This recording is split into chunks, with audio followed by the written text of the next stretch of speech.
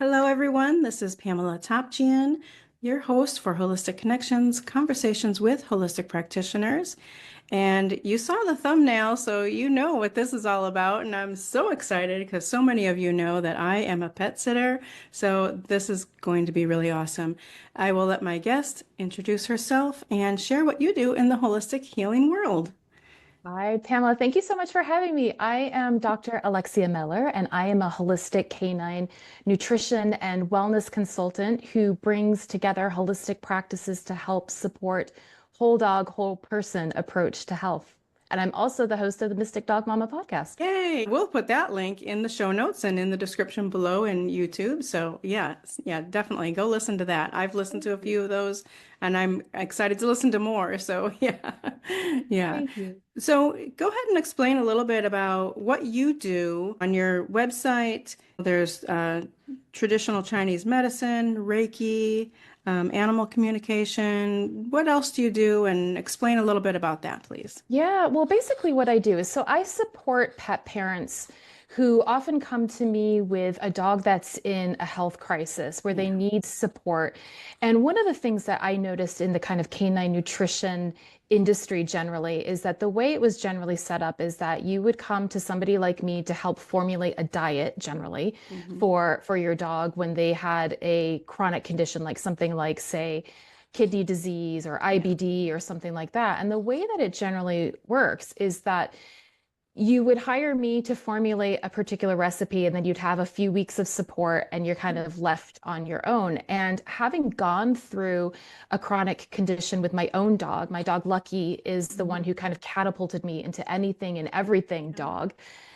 He had kidney disease. It started to show up when he was quite young. Mm. And I was left trying to navigate how to deal with not just nutrition and how to feed him, although that was a major component of it, but I also had to look at what was coming up for me around all of this and the Yeah. fear and the anxiety. And when you look at traditional Chinese medicine and how that's applied to traditional Chinese veterinary medicine as well, Hmm.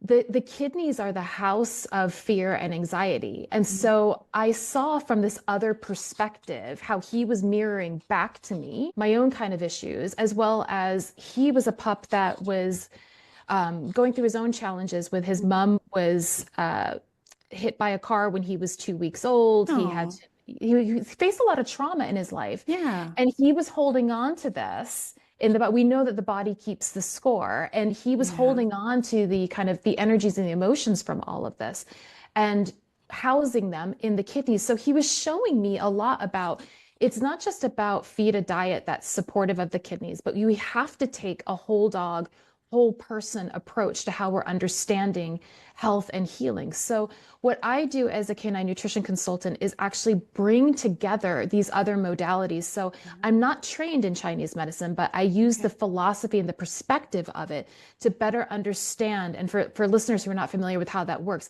it's very much a philosophy of health and well being that takes into consideration the flow of qi, of life force energy, Hmm. through the body, how that passes through different systems at different times of day, how different organs and governing systems are related to different parts of the body, different meridians, if you're familiar with something like acupuncture, how that corresponds to it, but also emotions and Yeah. how all what I love about TCM is that it brings everything together to look at the whole being and how do we bring balance and harmony into the being. So that's what I do when you come to me for support. It's not just here's a recipe. Yeah. It's looking at the dog as an individual. It's looking at you two as a team, an individual team, and what can be done to best support both of you Both going through of that you. experience in Yeah. because that's going to influence the dog's health as well. Absolutely. I love that. And you said how the body keeps score and most people know that it's so true, but it's also a very well-known book. I always think about that. We say that dogs are so resilient and people think, puppies that were taken too soon from their mothers or who have had a traumatic experience like your dog, and so many others. And, backyard breeders, that's a lot of stress and just all Hmm. kinds of scenarios and situations. And then, I always think, how can that not Hmm. affect the dog? Hmm. They're beings just like us, they're mammals, they're spiritual beings as well as physical beings on this earth. And anybody who has ever had a dog or cared for a dog knows this, Hmm. they're definitely their own people, basically. So how can that not affect their life and their health? And definitely the mind-body connection is really strong, Hmm. not just in people. And most people, again, who have dogs know that that connection with your dog is very strong. And how can that not, whatever you're going through or whatever they're going through, how can it not affect each other? It Right. does. It has to. And you mentioned the mirroring of, whatever you're going through, that the dog may also be going through those same things. And being able to support people and their dogs, that's so genius. I've not heard of other people doing what you're doing. I love it so much. It just really brings a whole nother level to, like you said, nutrition. It's not just these are the good foods for your dogs and whatever their issues are, these are the good foods. It's so much more. And I Hmm. love that. I love that so much. So Yeah. if you wouldn't mind, go ahead and explain to the listeners, and we talked a little before we started recording, but how you first became interested in doing this.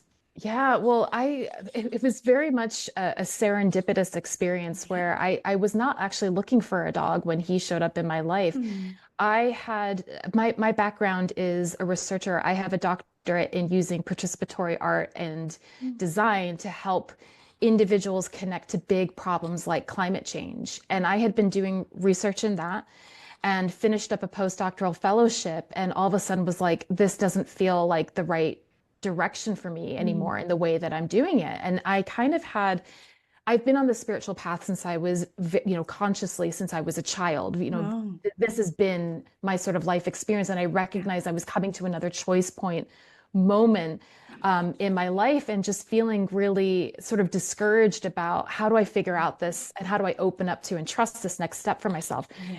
And at the time, I had friends and family who were in Mexico, and they said to me, why don't you come and spend an extended Christmas break here, and then you can go traveling and kind of figure out what the next stage of life looks like for you. I was like, Hmm. that sounds amazing. December of I'll 2019, go stay in right? Mexico and figure Exactly. out my life. Yeah. Exactly. Yeah. So I went initially for just what I was imagining, like a few weeks, and this is December of 2019 that I did this. Okay. And so we all know what was coming around the corner that we didn't know was coming around the Right. When corner, nobody knew. right? Oh gosh. Nobody Yeah. knew. Nobody knew. And shortly before lockdown was announced, I felt like I needed some sort of like energetic clearing of sorts. I felt like I needed my chakras rebalancing or something. And I went to a local curandero, which for those who are not familiar with a curandero in Mexican culture, that is a local healer. That is like an indigenous practice, curanderismo, that involves, again, a whole body, whole person approach to healing. So that would be the person you would go to for any kind of herbal remedies, or they do practice things. They do actually support, like if you've hurt yourself, really badly physically, doing stuff like that, but also the spiritual component and the energetic component. So I showed up. Somebody was recommended. This curandero was recommended to me, and I was able to get an appointment. And I went, and he said to me, "Remind me why you're here." I said, I just feel like I need my chakras rebalancing or Mhm. something. He laughed at me. And he said, you don't need your chakras rebalancing. You're a bruja, a witch, or an energy worker. Ooh. And he said, the problem is you have been taking on energy from everyone else and everything else, and you've not learned how to work with your own energy and to create appropriate boundaries. He said that is the test for you now. And he said, but I want you to pay attention, particularly now, to dogs and cats that cross your path because they are healers for you. And days later, I joke, I joke that hard lockdown was announced, and I had shared my phone number with various neighbors in Mexico. They had said that anyone over 60 couldn't go into the stores, and so I had volunteered if anybody Mm. needs anything, let me know. And I Oh, wasn't nice. anticipating. Well, Yeah. what was kind of funny was like I wasn't anticipating. I thought maybe somebody would say, hey, "Yeah, could you pick me up some milk or something?" And instead, I get somebody knocking Yeah. saying, "Is there any chance you can foster this puppy?" Oh, And I thought, yeah. you have to be kidding me. And I Yeah. knew that that was a fated event in Yes. a sense. And, but the thing is, when I thought about this notion of dogs and cats being healers for me, and this little healer showed up on my front Hmm. door, I think I had the vision of like, oh my goodness, this cute little puppy, it's gonna be rainbows and unicorns and, and it was that. And like any good healer, they offer the space, they create the context for you to deal with your stuff. Yeah. And that is what he has done for me from day one. And so he started presenting with health challenges, like I Hmm. mentioned, behavioral challenges, being a pandemic pup, Yeah. all kinds of stuff that I really had to dive into. And I made the conscious decision that I was going to approach raising him as walking the spiritual path. Yeah. And because I wanted to best support him with all of his challenges, I retrained in canine nutrition professionally so I could learn how to help him. But then I wanted to create the community space, which is where Mystic Dog Mama came from, Yeah.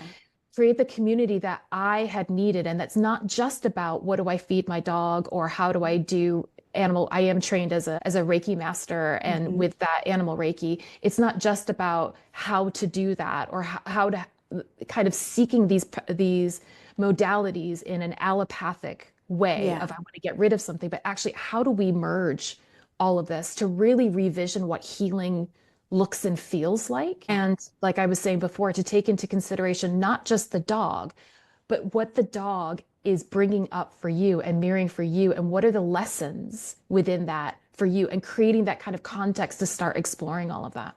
So, Mystic Dog Yeah. Mama, both as the podcast and as the nutrition consultancy, is all about nourishing our dogs and ourselves, mind, body, and soul, because Yeah. they have to come together. True wellness is when we look at them together. Absolutely. Yeah. Holistic, holistic is mind, body, soul. It's all connected. Yeah, Mhm. absolutely. And why wouldn't that extend to our pets and to any animal that we're caring for? Why wouldn't Mhm. it be the same? Yeah. Yeah. Exactly. Wonderful. So, can you do any kind of working with clients virtually or is it just in person? No, it's actually mostly virtual. Oh, it is. Yeah, Okay. it's mostly virtual, which is actually really exciting. Yeah, Yeah. getting to Yeah. work with people from all over the world. Awesome. Oh, that's Yeah. so great. I'm glad to hear that. Yeah. Yeah. So any kind of thing that you can think of that people mostly are confused about with what you do. I don't know that it's necessarily specifically about what I do, but I would Mhm. say it's kind of looking at the healing journey in general. I think there's a lot Okay. of confusion about what that is and what that looks like and what it means. And I Yeah. think particularly in the West, we have this idea of healing equaling getting rid of. So, Right. right. So Yeah. it might be like, I want to get rid of this symptom. My dog's got this issue. I want to get rid of it. And I understand that. And I have, Yeah. compassion and empathy for that. Of course, we don't want Sure. our animals to be in any kind of physical, mental, or emotional Right. pain, right? But I think we often forget that healing is really about integration. And like I was saying, it's about your relationship with your dog as well and what's coming Yeah. up for you. It's an invitation in many respects to step into your own healing. But the healing journey isn't linear. Right. And it's oftentimes things get worse before they get better. And I think when people come to me, they're at a point where they've been to the vets, they've been to the vet Right. behaviors, they've been to the chiropractor, they've tried everything before they think to come to me. Yeah. So oftentimes the dog is in a fairly bad state by the time Hmm. that they get to me, and it's actually when that happens, the healing journey can take a lot longer and be a little bit more severe because Yeah. things have progressed a little bit further, which is Right. why in terms of the work that I am doing and wanting to take forward, there's a lot more of a kind of educational component to what I'm Yeah. doing to kind of to actually teach prevention, getting people to think about nutrition and holistic approaches to health before there's a problem. so that you don't Yeah. necessarily need me in the therapeutic context, but actually Yeah. you're seeing health as something that is about harmony and balance, and that Right. shifts constantly. But as you Sure. kind of become comfortable with that shifting and you become in relationship with that shifting, you pick up on things both in your dog and in yourself a lot sooner. Yeah.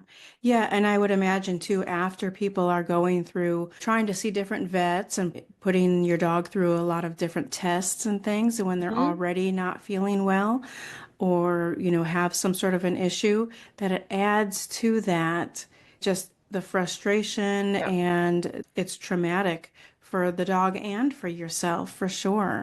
We really need to change for our pets and for ourselves to first seek out these holistic practitioners. Like you said, prevention, but also when you first start to notice something might be off. And Yeah. then if you're not getting what you feel like you need, or you're not finding any kind of healing, then maybe go on to these other more invasive practices. Mhm. But yeah, yeah, that, Well, it's no, I agree with it. And it's one of those things where like holistic approaches really are, like you were saying, taking a whole picture perspective. yeah. And I think the aim of holistic practices is really to get to the root cause of things. Absolutely. Whereas the allopathic, the more Western way of approaching things is symptom treating. Yeah, And so they're both fantastic in their own right. right, but for different things.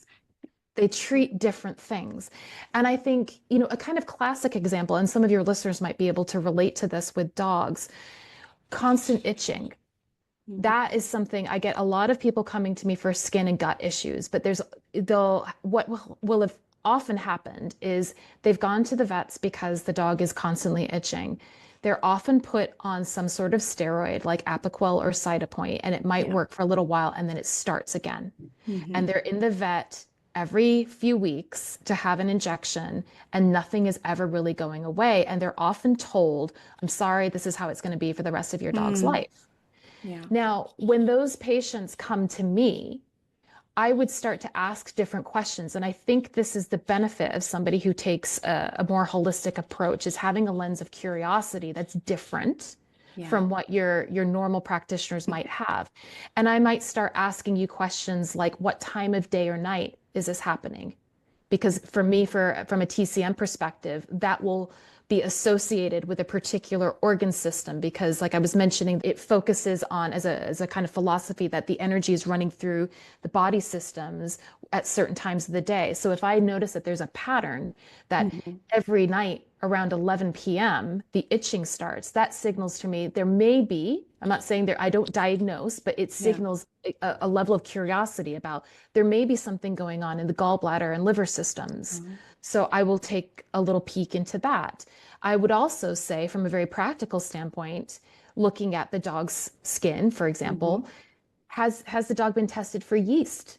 Yeah. Because oftentimes Right. it's yeast and it's not actually an allergy. So if Yeah. there's a yeast overgrowth, the steroids aren't going to do anything for it. So you're then treating inappropriately, or they're put on Mhm. antibiotics and that's still not going to treat the yeast. So it's asking different questions that could give a little bit of insight. I think not just symptom treating, taking a different lens and asking different questions. Absolutely. Yeah. Yeah.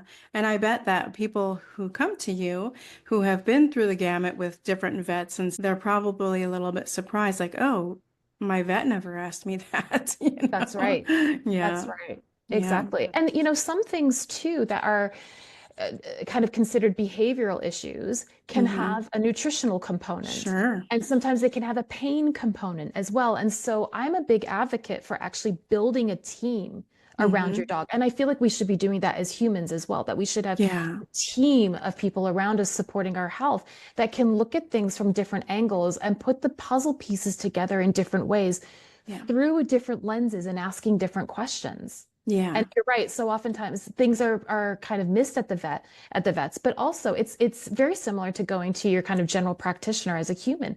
You have Yeah. like 15 minutes with them.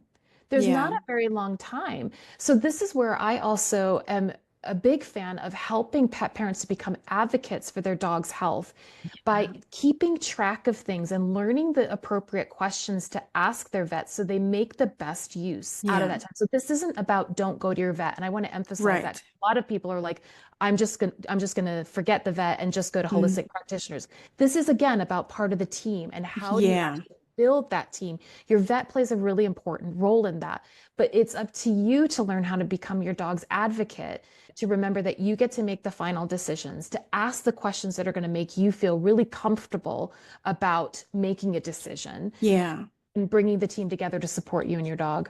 Yeah. So it's definitely complementary to each Mhm. other. I love that. Absolutely.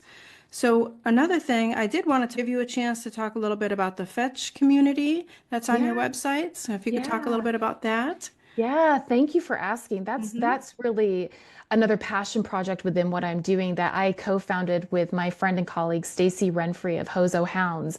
And one of the things, like I was saying, that we've kind of come across is that by the time people come to us, Hmm. disease states have progressed quite far, or the dog is in a real has been suffering for a long period of time, Yeah. and the pet parent has been suffering too through all of Sure. this for a while. So we started looking at what if we could actually teach pet parents to start looking at their dogs in the way that we do as Yeah. nutrition consultants, so that they can catch things earlier and so that they become the advocates for their dog's health. So Fetch is an acronym, and it's the framework that we use as nutrition consultants to start piecing things together for you when you come to us as an individual client. And it represents the pillars, the foundation for health, in our opinion. And that starts with F is for fresh food. Species appropriate fresh food is going to be the primary thing that you want to focus on for your dog. So getting Hmm. off of ultra processed foods. We know that ultra processed foods are bad for our dog, for ourselves. They're bad Right. for our dogs as well. So that would be the first thing to look at. And we support you with looking at, when we say fresh, that means raw or gently cooked. That will be Hmm. dependent on your dog and on you. E is for energetics, and that is using the TCM lens of energetics, of seeing that every single individual, every being has an energetic fingerprint, but for our dogs, we talk about our energetic paw print. Yeah. And when you understand your dog's energetics, are they a warm dog? Are they a cool dog? Do they tend to run kind of dry or damp? Those are things that you can start to use to look at how you use food therapy, for example, to better support bringing them into balance. Yeah. T is for targeted approaches. One of the big things that we hear about is I've got a supplement graveyard. I heard this was the latest superfood, but it doesn't work for my dog. And you have all of these things and you don't even know how to use them for your dog's health. Yeah. And we talk about using a targeted approach with everything so that you're supplementing intentionally. And we teach you how to do that. Hmm. C is for curiosity, and that's primarily what we've been talking about today. How do you Yeah. ask different questions? What are some different things you might want to be considering? And how do those questions help you look at your dog differently and gather other information that might reveal the missing puzzle piece that nobody else has helped put together? Yeah. And then H is for holistic health. And that does include Yeah. things like modalities like Reiki, for example, or EFT, those kinds of things. But it's Hmm. also looking at what floor cleaners are you using Right. that your Right. dog is laying on?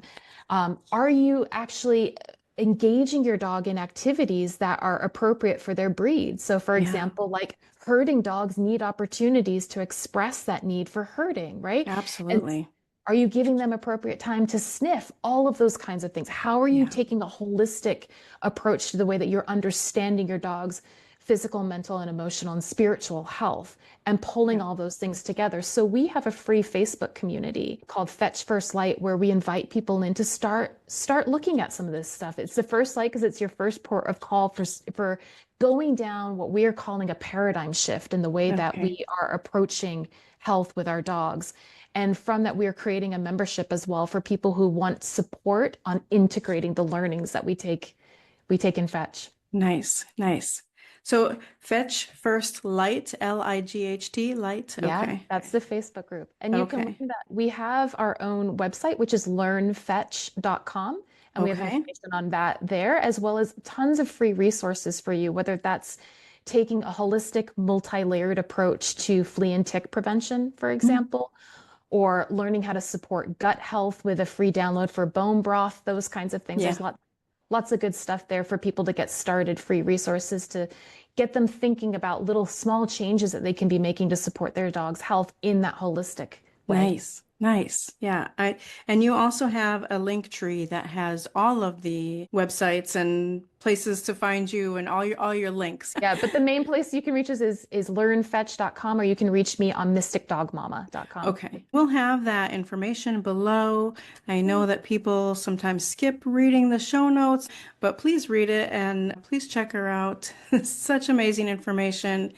So, anything else that you would like to share or make sure that people know before we close this out today?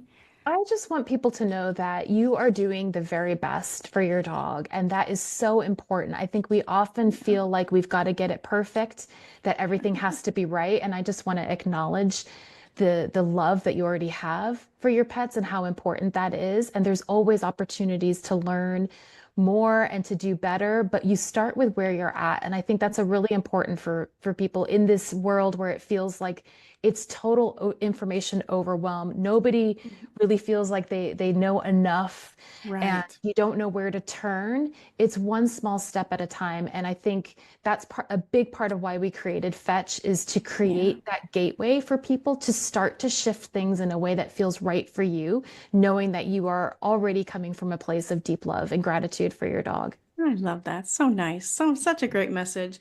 And I'm gonna also share your links on my pet sitting pages. Yeah, I'm excited. Thank So you. thank you so much for being on today. I've Thanks, learned so Pamela. much, and I can't wait to share this into the world. It's a little bit different than what I usually do, but heck, why not? I mean, it's, really, we're all connected, and those of us with pets or that care for pets in any way, they know we are definitely connected.